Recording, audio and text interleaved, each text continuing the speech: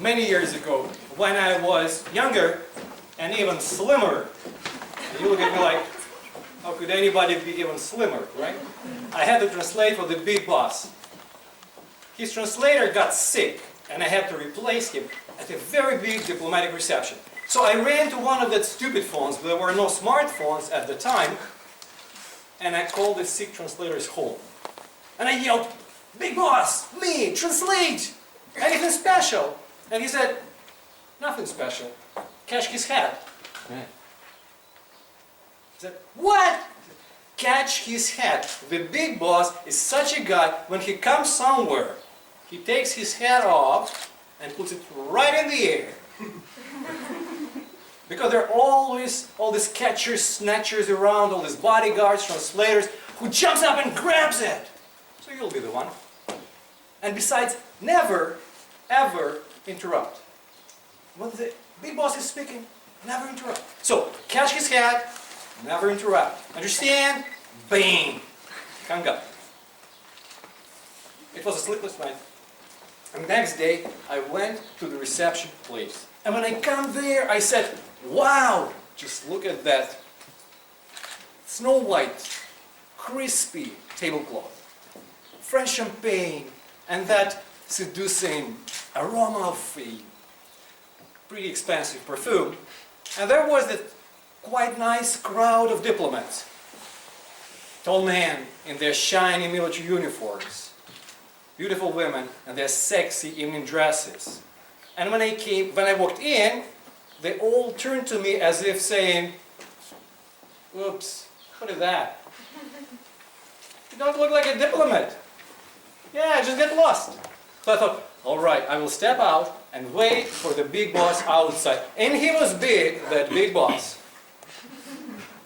When he came out of his limo, he looked like Vitaly Klitschko. Dr. Iron Fist, even taller. Mike Tyson's face. You got the picture, right? And, more importantly, he had no hat on. Attention, no hat on. And I started praying, no hat, not bad, no hat, not bad. Thank you, thank you, thank you. So the big boss passed by me without looking, and someone pushed me right at my back. Follow him, you fool. So the big boss comes in the reception place, and everybody's moving closer, smiling. So the big boss grabs a glass of the red wine, and he starts talking. 3 minutes in a row, non-stop. And he says, "We are this, and we are that, and we are the best in the world." And in the end he says, "Вітаю вас в Україні," which is, welcome to Ukraine, right? All right, welcome to Ukraine. And then he pauses, as if saying, just like, but I can't. I don't remember a word of what he said, because you know, this catch his hat, never interrupt. I got so scared of that big boss and all the diplomats. So I didn't remember a thing. And then somebody pushed me right at my back. Translate, you idiot! Yeah. And then the big boss got mad. His face turned red as that red wine in his glass. He turned to me, looked at me for the first time, and then he barked. Translate! And here I understood what the superhero is. I put myself together, and I got strong like Vasil Verestyuk, the strongest man in Ukraine, right? And I found this magical force inside of me, and I got bold and courageous at Arsenii Yatsenyuk. And I looked the big boss straight in his eye. You know, got myself full fresh, lungs of air in his eyes, and I said, "Welcome to Ukraine." And the reaction was exactly like this. Some people were laughing like this, right? But most of people were looking at me like a loser. True story. And then there was this killing silence. the big boss, shell-shocked. He opened his mouth as if just to shout, "What?" And I shrunk and started praying, "Please, please, please."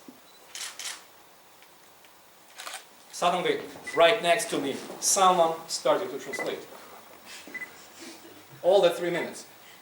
Everything what the big boss said, word by word, this was the big boss's translator. When it all was over, I ran to him, "You!" And he said, "Yes, they called me in to back you up. It was your first time. And besides, we translators have to help each other. Because today it's you here, tomorrow it's me." And I said, "Man, thank you. Thank you. I'm standing here, they didn't fire me. But now I'm here. But I'm talking to you there. That shy person that I was once. That shy boy or girl who freezes up in front of any boss, as I did many times. I was there, but I made it to here. And if I could make it from there to here, so you will. I'm standing here, advanced communicator gold, hoping to win this speaking contest.